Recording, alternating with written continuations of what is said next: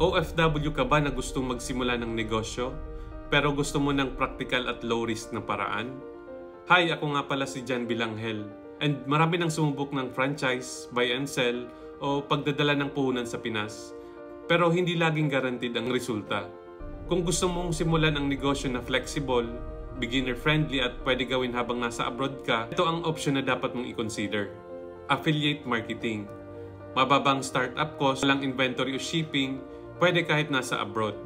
System at training na kasama, flexible, pwede kahit part-time lang. Hindi mo kailangan maging tech expert or influencer, gamit lang ang phone at internet, makakapagsimula ka na.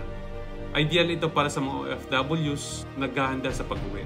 Kung curious ka at gusto mo malaman paano talaga gumana ang affiliate marketing, i-click mo lang yung send message button sa baba at i-message mo ako ng how para masend ko yung free step-by-step training video.